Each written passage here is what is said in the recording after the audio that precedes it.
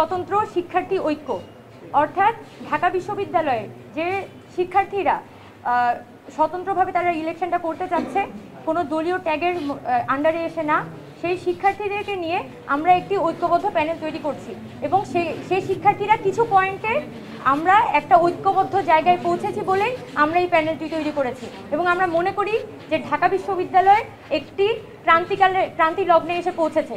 5 আগস্টে যেখানে জুলাই অভ্যুত্থানের মধ্য দিয়ে আমাদের বাংলাদেশের রাজনৈতিক কাঠামোর একটা পরিবর্তন আসার কথা, সেই জায়গায় আমরা দেখেছি যে পুরনো যে বন্দোবস্ত সেটাই কিন্তু নানানভাবে আসলে আমাদের বিশ্ববিদ্যালয় ক্যাম্পাসগুলোতে আবার চেপে বসছে, হয়তো ছাত্রলীগের নামে না, কিন্তু অন্য কোনো নামে, অন্য কোনো পরিচয়ে।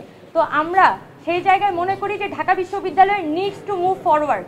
মানে অনেক আমরা পিছনে থেকেছি, অনেক টানা হেঁচড়ার মধ্যে এই বিশ্ববিদ্যালয়ের সম্ভাবনাগুলো নষ্ট হয়েছে। ঢাকা বিশ্ববিদ্যালয়ের সম্ভাবনাগুলোকে যদি আমাদের এক্সপ্লোর করতে হয়, তাহলে আমাদের আসলে সামনে যেতে হবে এবং কিছু শিক্ষার্থীদের এই দায়িত্বটা নিতে হবে, ভোকাল হতে হবে। এবং আমরা আমাদের প্যানেল থেকে এভাবেই আমরা আমাদের প্যানেলটি ডিজাইন করছি যে ঢাকা বিশ্ববিদ্যালয়ের নানানবিধ সমস্যাকে যাতে আমরা এই প্যানেলের মধ্য দিয়ে অ্যাড্রেস করতে পারি এবং সাধারণ শিক্ষার্থীদের জন্য যাতে একটি আলোকবর্তিকা আমরা হয়ে উঠতে পারি।